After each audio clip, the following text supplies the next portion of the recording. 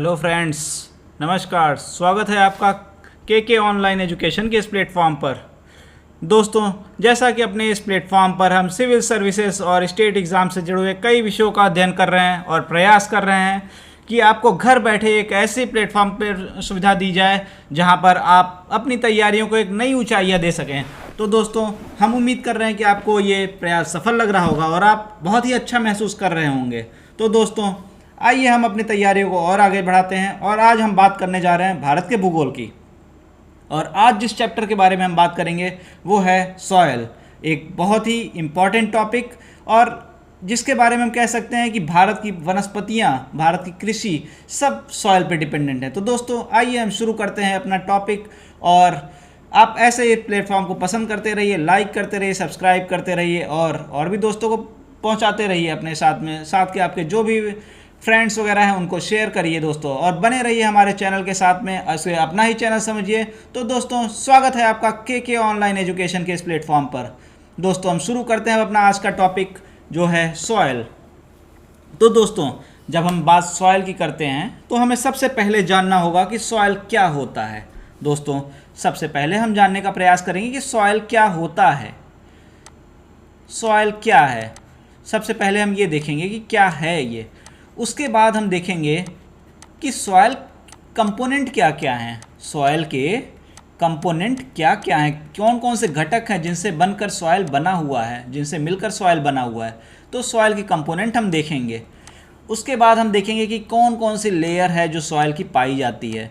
इन सभी 3 पॉइंट्स को जब हम देख लेंगे, सॉयल के फॉर्मेशन को हम देख लेंगे, उसके बाद हम भारत में पाए जाने वाले जो टाइप्स हैं सॉयल के उनको देखेंगे। तो दोस्तों, आइए हम शुरू करते हैं अपना टॉपिक और सबसे पहले हम जानने का प्रयास करते हैं कि सॉयल कैसे बनता है, सॉयल क्या है। ठीक है, तो दोस्तों शुरू करते हैं हम सॉयल क्या है से। सॉयल आखिर है क्या चीज़, मृदा, या ये कहें सॉयल क्या होती है, मृदा या सॉयल क्या होता है, ये हम देखते हैं। तो दोस्तों, अगर हम कहें कि सॉयल क्या है तो इसका एक बहुत सिंपल सा आंसर होगा।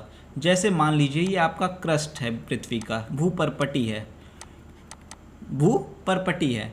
तो क्रस्ट पर ऐसी लेयर समझ लीजिए, ये एक ऐसी लेयर है जो आपको वेजिटेशन में मदद करती है, जो वेजिटेशन में के उगने में मदद करती है। ठीक है, वनस्पतियों के लिए सहायक होती है। तो इस भूपरपटी की एक ऐसी लेयर है, क्रस्ट की एक ऐसी लेयर है जो वेजिटेशन और वनस्पतियों को सपोर्ट करती है। ठीक है, और अगर जैसे हम बात करते हैं जिस तरह से एयर की, अगर हम हवा की जैसे बात करते हैं तो हम क्या माप पाते हैं कि हवा में कई सारे संगठन हैं ना, हवा में कई सारे संगठन हैं। तो कई सारे प्रकार की गैसेस पाई जाती हैं, उसमें कई प्रकार की गैसेस हमको एयर में देखने को मिलती हैं। तो उसी तरीके से जब हम सॉयल की बात करते हैं तो इसके भी कई कंपोनेंट हमको देखने को मिलते हैं, कई कंपोनेंट इसके देखने को मिलते हैं। तो दोस्तों, आइए हम देखते हैं इन कंपोनेंट्स के बारे में। ठीक है, तो दोस्तों अब हम शुरू करते हैं अपना टॉपिक, बहुत ही डिटेल में करेंगे, आप नोट्स बनाते जाइएगा। तो हमने अभी देख लिया कि सॉयल क्या होती है। सॉयल क्या है, एक लेयर है। कहाँ पर है, जो क्रस्ट पर है, भूपरपटी पर है, और ये क्या करती है, वेजिटेशन को सपोर्ट करती है, वनस्पतियों को सपोर्ट करती है। ठीक है, एक सिंपल सा हमारा सॉयल का डेफिनेशन हो गया। चलिए ठीक है, अब बात आती है कि सॉयल ये बना कैसे है। तो अगर हम बात करें कि सॉयल का फॉर्मेशन कैसे हुआ है, तो इसके फॉर्मेशन के बेस में है रॉक, चट्टानें। फॉर्मेशन के बेस में क्या है, रॉक है। जब रॉक्स का अपक्षय हुआ तो उसके पश्चात कई लेयर्स बदलती गई, कई लेयर बनी और अंत में हमको एक थिन लेयर प्राप्त हुई जिसको हम सॉयल कहते हैं। तो हम जानते हैं कि अगर हम बात करें रॉक की, यदि हम रॉक की बात करते हैं, चट्टान की बात करते हैं, तो हमको ये अच्छी तरीके से पता है कि रॉक में मिनरल्स होते हैं, रॉक में मिनरल्स होते हैं, ठीक है। तो यही रॉक जो होता है, ये रॉक जो होता है, ये किसी भी सॉयल का मिनरल कंपोनेंट, खनिज कितना होगा, उस पर क्या कंपोनेंट उसका रहेगा, या कलर कैसा रहेगा सॉयल का, या कहें कि टेक्सचर कैसा होगा सॉयल का टेक्सचर कैसा होगा, या फिर हम कहें कि सॉयल में वाटर होल्डिंग कैपेसिटी कितनी होगी, कितनी होगी। यदि हम इन सारी बातों को देखें तो ये सारी बातें कौन डिसाइड करता है, एक तरह से रॉक, चट्टान। ये चट्टानों पर ही निर्भर करता है कि रॉक किस प्रकार की होगी, या फिर कहें कि रॉक में कौन सी खनिज पाए जाएंगे, या हम कहें कि रॉक में का टेक्सचर कैसा होगा। ये सब कुछ डिपेंड करता है किस पर, रॉक पर। तो दोस्तों कैसे करता है उसको भी हम थोड़ा सा देखते हैं, प्रयास करते हैं। तो दोस्तों जैसा कि अगर हम बात करें तो रॉक किससे बना होता है, लावा से मिलकर बनता है ना। रॉक लावा से ही तो मिलकर बनता है। और ये लावा हम जानते हैं कि एसिडिक भी होता है, अम्लीय भी होता है, और बेसिक भी होता है। और क्या होता है, बेसिक भी होता है ना, अम्लीय और क्षारीय भी होता है। और इस अम्लीय और क्षारीय के बेस पर इसमें क्या पाया जाता है, सिलिका का परसेंटेज पाया जाता है। तो अगर हम कहें कि एक एसिडिक अगर लावा है तो उसमें सिलिका का कंटेंट क्या होता है, ज़्यादा होता है, सिलिका ज़्यादा कंटेंट में होता है, मोर कंटेंट। और वहीं पे अगर हम बात करते हैं बेसिक लावा की, तो वहाँ पे सिलिका कंटेंट कम होता है, लगभग 40% के अराउंड यहाँ पे होता है, और अप्रॉक्सीमेट 70-80% तक यहाँ पे रहता है। तो इसी आधार पे हम जानते हैं कि जो एसिडिक कंपोनेंट है लावा का, एसिडिक लावा है, वहाँ पे जो मेटालिक कंपोनेंट होते हैं, वो क्या होते हैं, 20-30% ही रहते हैं। और अगर हम बात करें सिलिका कंटेंट में, तो मेटल का परसेंटेज इसमें कितना रहता है, ज़्यादा रहता है, 60% अराउंड रहता है। तो अब आप बताइए, अगर रॉक हमारी एसिडिक लावा से बनी है, तो उसमें एसिडिक लावा के कैरेक्टर्स आ जाएंगे, इसमें ये सारे कैरेक्टर, ये वाले कैरेक्टर आ जाएंगे, तो उसमें वो प्रॉपर्टीज़ डेवलप होंगी। वहीं पे अगर हमारी रॉक बेसिक लावा से बनी है, तो उसमें ये वाले कैरेक्टर ज़्यादा होंगे। तो हम क्या देख रहे हैं कि रॉक की प्रॉपर्टी ही जो हमारी है वो सॉइल की प्रॉपर्टी को डिफाइन कर रही है। इसी तरह से जैसे अगर हम बात करें एसिडिक और बेसिक की ही, यदि हम एसिडिक और बेसिक की अगर हम बात करें, तो हम जानते हैं कि जैसे अगर हमारा ये पृथ्वी है समझ लीजिए, और ऊपर हमारा क्रस्ट है, तो हम जानते हैं कि हमारा डीप में हमारे एसिडिक लावा रहते हैं, और ऊपर में हमारा बेसिक लावा रहता है।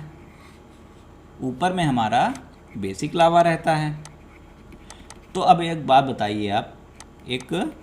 बताइए कि ऊपर वाली लेयर लावा जल्दी ठंडा होगा या नीचे वाला ज़्यादा ठंडा होगा। भाई यहाँ पे तो डायरेक्ट एयर के कांटेक्ट में आ रहा है ना, ऊपर में डायरेक्ट एयर के कांटेक्ट में आ जा रहा है, तो ये जल्दी ठंडा हो जाएगा कि नहीं, ये वाला हमारा जल्दी ठंडा होगा कि नहीं होगा, जाहिर सी बात है जल्दी ठंडा होगा। और ये वाला हमारा देर से ठंडा होगा। तो अगर आप एक बात बताइए कि अगर किसी बेसिक लावा की कूलिंग जो है स्लो हो रही है, अगर इसकी कूलिंग स्लो हो रही है, तो ये कैसा बनेगा, क्रिस्टलाइन होगा या फिर उतना क्रिस्टलाइन नहीं होगा। ये क्रिस्टलाइन कैसा रहेगा, इसका रिलेटिवली नॉन क्रिस्टलाइन ही कहेंगे इसको। और ये वाला जो रहेगा हमारा, ये वाला हमारा ज़्यादा क्रिस्टलाइन रहेगा, ज़्यादा रवेदार रहेगा। ये वाला हमारा जो अंदर देर से ठंडा हो रहा है, वो हमारा एसिडिक लावा ज़्यादा क्रिस्टलाइन रहेगा, है कि नहीं। तो अगर ये ज़्यादा क्रिस्टलाइन है, तो जाहिर सी बात है कि इसमें के ग्रेन जो होंगे वो कोर्सर होंगे ना इसमें। और वहीं पे इनमें क्या होगा, फाइन ग्रेन होगा, इनमें फाइन ग्रेन होगा, है कि नहीं भाई। अगर हम बात जैसे कर रहे हैं, नेक्स्ट स्लाइड में हम बात करते हैं, अगर हम बात किसकी करते हैं, अगर हम एसिडिक की बात कर रहे हैं, एसिडिक लावा की अगर हम बात कर रहे हैं, तो ये तो हमारे कहाँ है, गहराई में है, डीप में है। तो इनमें की कूलिंग क्या है, कूलिंग धीरे है, धीरे कूलिंग हो रही है ना इनकी। और अगर धीरे कूलिंग हो रही है तो क्रिस्टलाइन फॉर्म बनेगा इनका, आराम से बनेंगे, कोई दिक्कत जल्दी नहीं है इनको, ये आराम से क्रिस्टलाइन फॉर्म में बनेंगे। और क्रिस्टलाइन बनेगा तो ये क्या कैसा रहेगा बताइए, ये कोर्सर रहेगा, बड़े बड़े दाने रहेंगे इसमें, एक तरह से समझ लीजिए कोर्सर रहेगा। वहीं पे अगर हम बात करते हैं बेसिक की, तो ये ऊपर ही रहता है, बेसिक ऊपर आ जाता है। तो अगर ऊपर आ गया तो कूलिंग इनकी फास्ट हो गई, इनकी कूलिंग फास्ट हो गई। और इनमें क्रिस्टलाइन स्ट्रक्चर जो हम कह सकते हैं वो रिलेटिवली लो होगा, रिलेटिवली लो रहेगा। और इस कारण से इसमें क्या रहेंगे, फाइन ग्रेन्स रहेंगे, इस कारण से फाइन ग्रेन्स रहेंगे। तो दोस्तों यहीं पे अगर हम बात करते हैं, हम जानते हैं अगर पार्टिकल के साइज़ के आधार पर अगर हम बात करें, अगर हम पार्टिकल के साइज़ के आधार पर बात जब करते हैं तो क्ले, फिर सिल्ट, फिर हमारा सैंड, फिर हमारा ग्रेवल आता है, ठीक है। अगर हम जैसे बात करें तो क्ले हमारा कितना 0.005 mm तक का अगर पार्टिकल साइज़ रहता है, पार्टिकल साइज़ अगर हमारा 0.005 mm तक रहता है तो यहाँ तक काउंट होता है, क्ले में काउंट होता है। सिल्ट में अगर हम कहते हैं तो हमारा यहाँ पर 0.05 mm पार्टिकल साइज़ रहता है। वहीं पे अगर हम सैंड की बात करें तो इसको अलग अलग very fine, fine, medium, courser में डिवाइड किया जाता है, लेकिन अगर ओवरऑल हम कहें तो ये 1 mm तक में आता है, ये 1 mm तक आता है। फिर अगर हम ग्रेवल की बात करें तो ये फाइन ग्रेवल और ग्रेवल में चला जाता है, और 1 से ऊपर वाले लेकिन जो होते हैं वो ग्रेवल में आते हैं। तो इधर में जैसे जैसे हम जा रहे हैं क्ले से ग्रेवल की तरफ, हमारा पार्टिकल साइज़ क्या हो रहा है, बढ़ रहा है, हमारा पार्टिकल साइज़ बढ़ता है, इंक्रीज़ करता है, ठीक है। और वहीं पे अगर हम इधर जब आते हैं तो हमारा पार्टिकल साइज़ छोटा होता है, मतलब ये उतना ही फाइन रहेगा, ये उतना ही फाइन रहेगा। और इसका मतलब है फाइन रहेगा तो इसके अंदर क्या रहेगी, वाटर होल्डिंग कैपेसिटी मोर होगी, वाटर होल्डिंग कैपेसिटी क्या होगी, ज़्यादा होगी,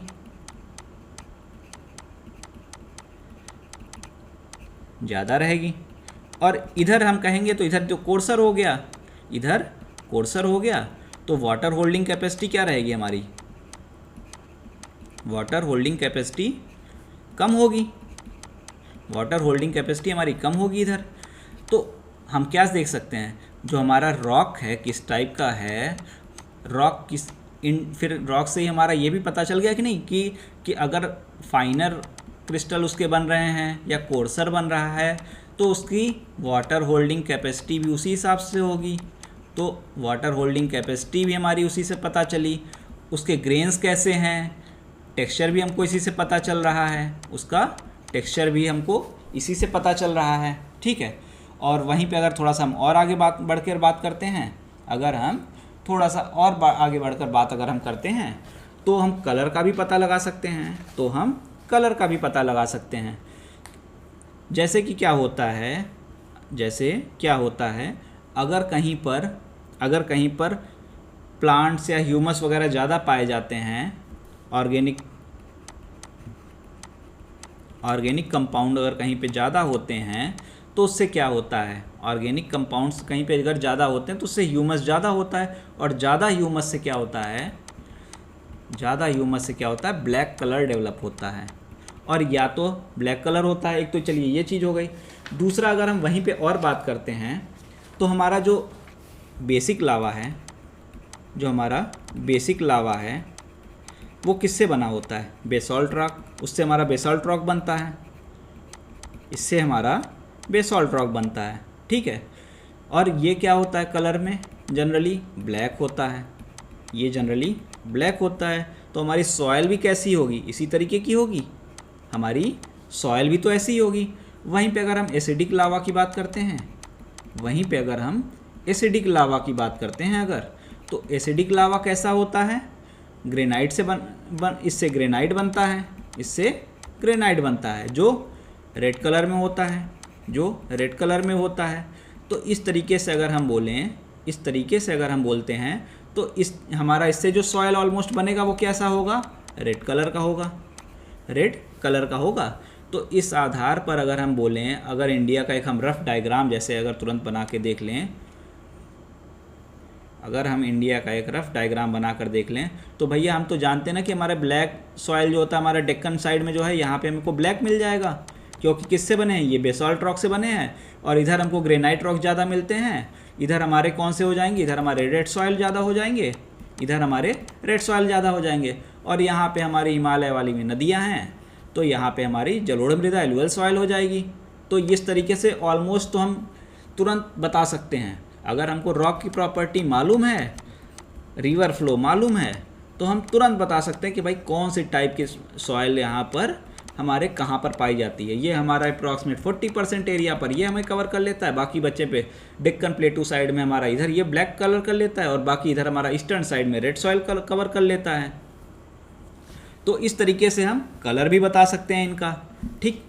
तो ये हमारे ये चीज़ों के, अभी हम इनको डिटेल में पढ़ेंगे, आप हड़बड़ाइएगा मत कि मैंने इतने में बता दिया, आप आराम से बस नोट करते जाइए। तो ये हमारे रॉक की कुछ कहानी हो गई कि जिनसे हमको जो सॉइल के लिए बहुत ही इम्पॉर्टेंट है, ठीक। आइए आगे बढ़ते हैं हम।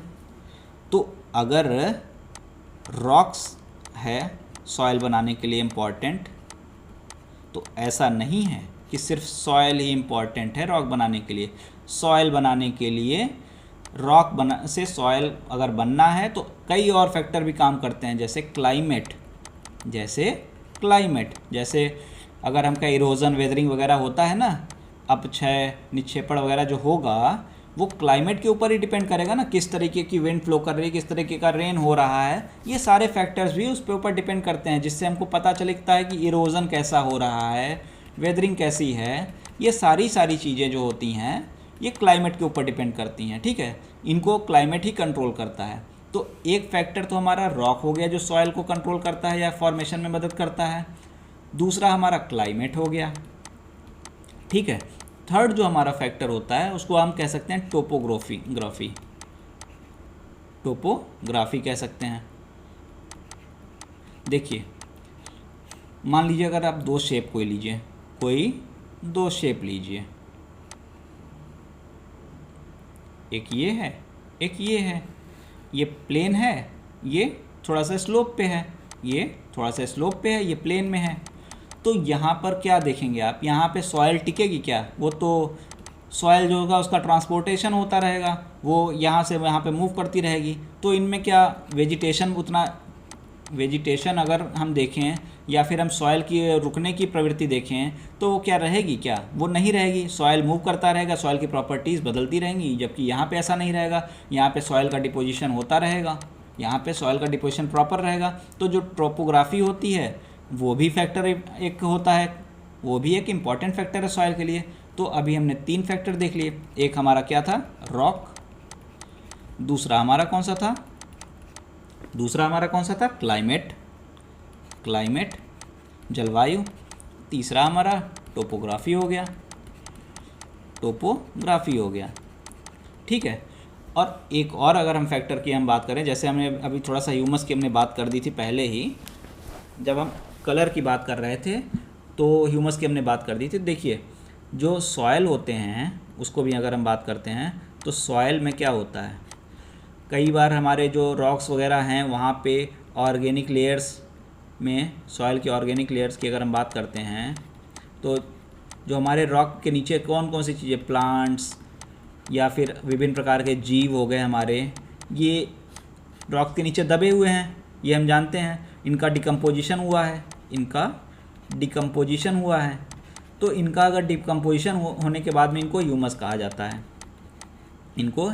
जाता है। तो ये फैक्टर भी सॉइल को, ये भी क्या करते हैं, सॉइल को अलग एक कैरेक्टरिस्टिक देते हैं क्योंकि देखिए अगर कहीं पे ह्यूमस ज़्यादा होगा, अगर ह्यूमस ज़्यादा है तो इसका मतलब है कि वहाँ पे प्लांट वगैरह जीव वगैरह इस तरह से ज़्यादा रहेंगे, वहाँ पे मिनरल भी उतने उसी अकॉर्डिंग रहेगा, उसी अकॉर्डिंग वहाँ पे खनिज वगैरह भी रहेंगे। ठीक है, तो इस तरीके से ह्यूमस भी एक बहुत इंपॉर्टेंट फैक्टर है। और जैसा अभी मैंने थोड़ी देर पहले कहा था, ह्यूमस की वजह से ब्लैक कलर भी आता है। अगर कहीं पे ह्यूमस ज़्यादा होती है तो सॉइल का कलर क्या होता है, ब्लैक हो जाता है। ठीक है, इसी वजह से अक्सर ये कहा जाता है, इसी वजह से अक्सर कहा जाता है कि जो हमारा भूमध्य रेखीय क्षेत्र है, जो हमारा भूमध्य रेखीय क्षेत्र है, अक्सर ये लोग कहते हैं कि वहाँ पे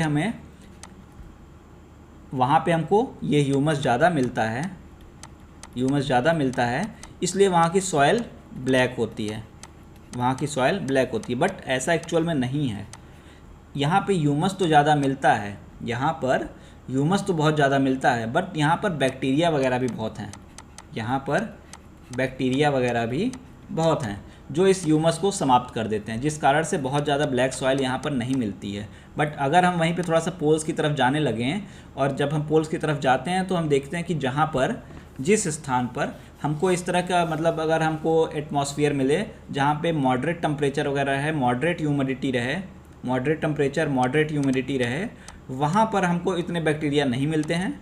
वहाँ पर हमको मॉडरेट टेम्परेचर या मॉडरेट ह्यूमिडिटी जब रहती है तब हमको बैक्टीरिया वहाँ पर नहीं मिलते। और उन जगहों पे जब हम जो सॉइल हमको मिलती है उनमें ह्यूमस की मात्रा अच्छी होती है, इसलिए वहाँ पर ही हमको ब्लैक सॉइल ज़्यादा देखने को मिल जाते हैं रिलेटिवली भूमध्य रेखीय क्षेत्र की। ठीक है, तो एक तो ये हो गया। तो इस तरीके से अगर हम कुल मिलाकर अगर हम कहना चाहें कि हमारा सॉइल जो है वो कैसे कैसे बना हुआ है, तो एक तो हमारा क्या सबसे इम्पोर्टेंट हमारा जो पेरेंट रॉक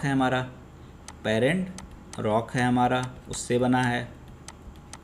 ठीक है, उसके बाद में हमारा क्लाइमेट, उसके बाद में हमारा क्या हो गया, जो हमारे हो गए टोपोग्राफी हो गई, उच्चावच वगैरह भी कह लीजिए। और इसके बाद में हमारे जो ऑर्गेनिक मैटर हो गए।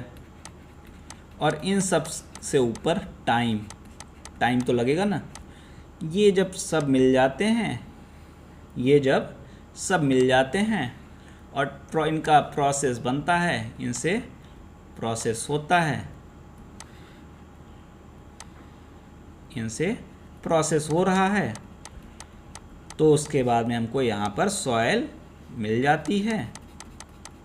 सॉइल मिल गई और सॉइल पर पौधे उग गए। बहुत अच्छा पौधा नहीं है बट रफ वे में बनाने को तो ठीक है।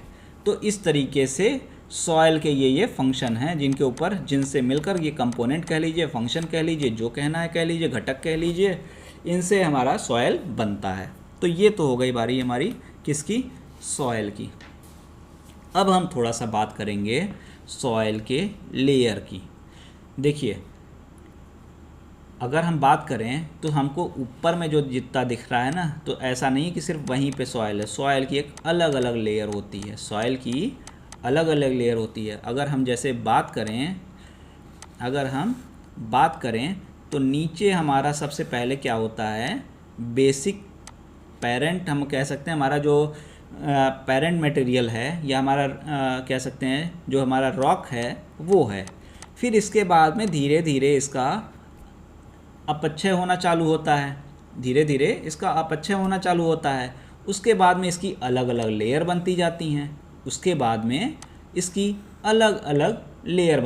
हैं। ठीक है, जब ये अलग अलग जो लेयर होती हैं वो पूरी कंपोजिशन होती हैं सॉइल की। ठीक है, तो सॉइल हमको जो ऊपर में दिखता है वो अलग लेयर दिखता है, उसके अंदर कुछ और लेयर होती है, उसके अंदर कुछ और लेयर होती है, और हर लेयर की अपनी एक प्रॉपर्टी होती है। तो आइए अब हम देखते हैं इसी लेयर के विषय में, इन्हीं लेयर्स के विषय में हम बात करते हैं। तो देख लेते हैं हम इनको भी। देखिए ये एक फिगर है जिसको मैंने ले रखा है, जो शो करता है क्या, एक लेयर को, किसके, सॉइल के लेयर को। ये हमारा ऊपर का अगर हम बात करें, ये ऑर्गेनिक, ये एक हमारा आइडियल लेयर है, ये एक आइडियल लेयर है जिसमें कह सकते हैं हम कि हमारा पार्शियली डिकम्पोज्ड ऑर्गेनिक मटेरियल होते हैं, पार्शियली डिकम्पोज्ड, ये हमारा आइडियल है, पार्शियली डिकम्पोज्ड ऑर्गेनिक मटेरियल होता है इसमें, ठीक है।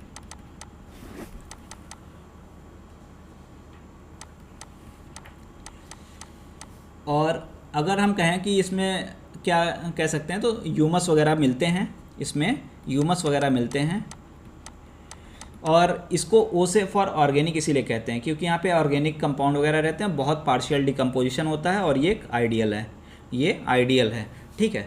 लेकिन अगर हम, ये हमारा कह सकते हैं आइडियल सॉइल हुआ हमारा ऊपर में, बट एक्चुअल में जो हमको देखने को मिलता है, एक्चुअल में हमको जो देखने को मिलता है वो ये ए मिलता है, सरफेस जो लिखा हुआ है, ठीक है।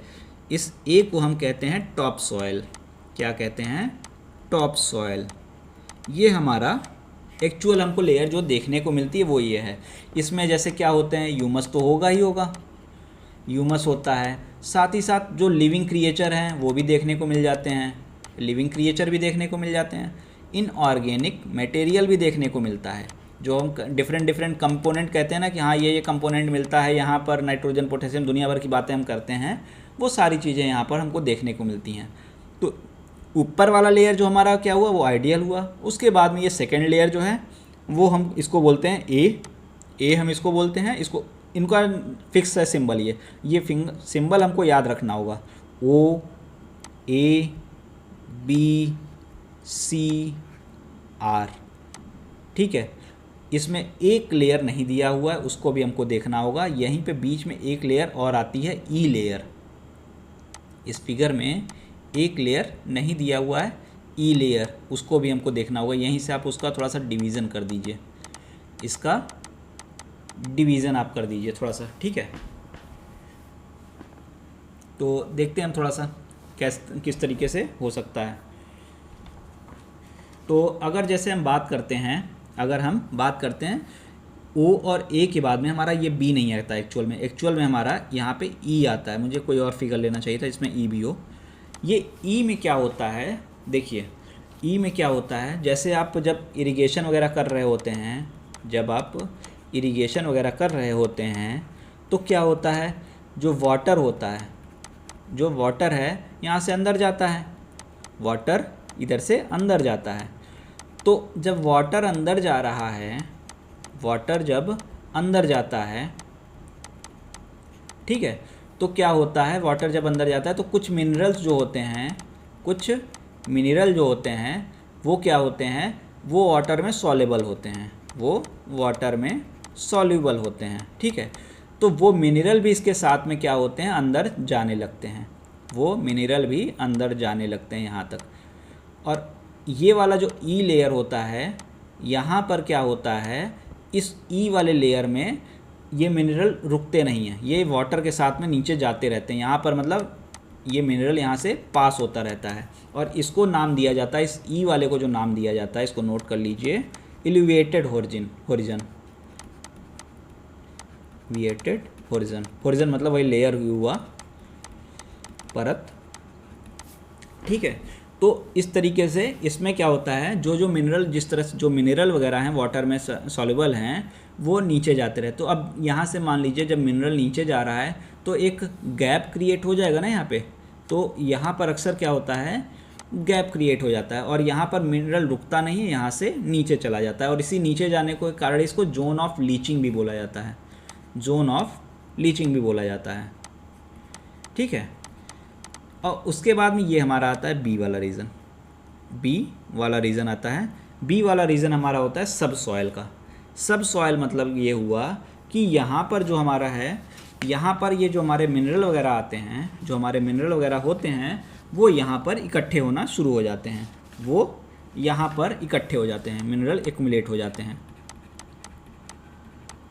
ठीक है। यहाँ पर मिनरल एक्युमुलेट हो जाते हैं, ठीक।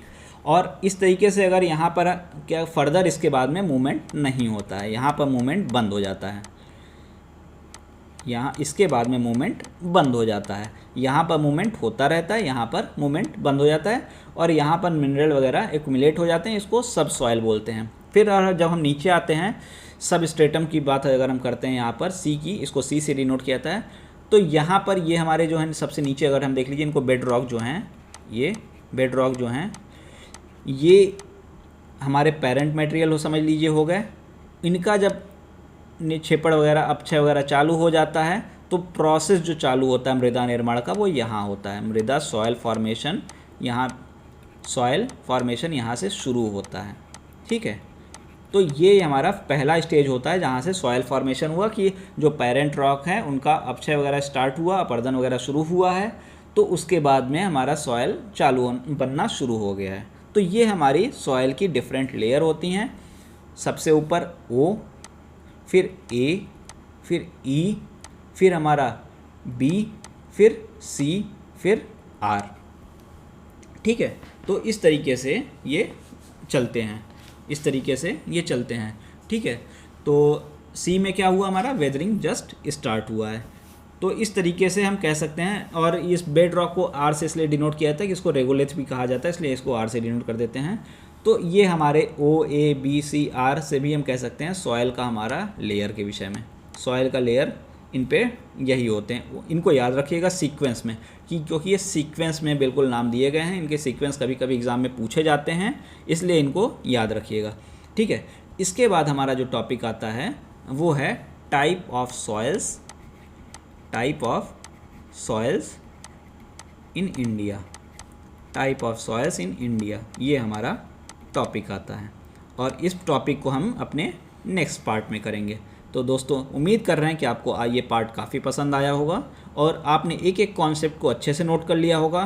तो ऐसे इस चैनल को हमारे लाइक करते रहिए, इसे अपना ही चैनल समझिए और अपने दोस्तों तक भी पहुंचाइए। लाइक करिए, सब्सक्राइब करिए और अपने दोस्तों तक भी पहुंचाइए दोस्तों। तो इन्हीं आकांक्षाओं के साथ कि आप इसको ऐसे पसंद करते रहेंगे। आज हम अपनी क्लास को यहीं बंद कर रहे हैं। Thank you.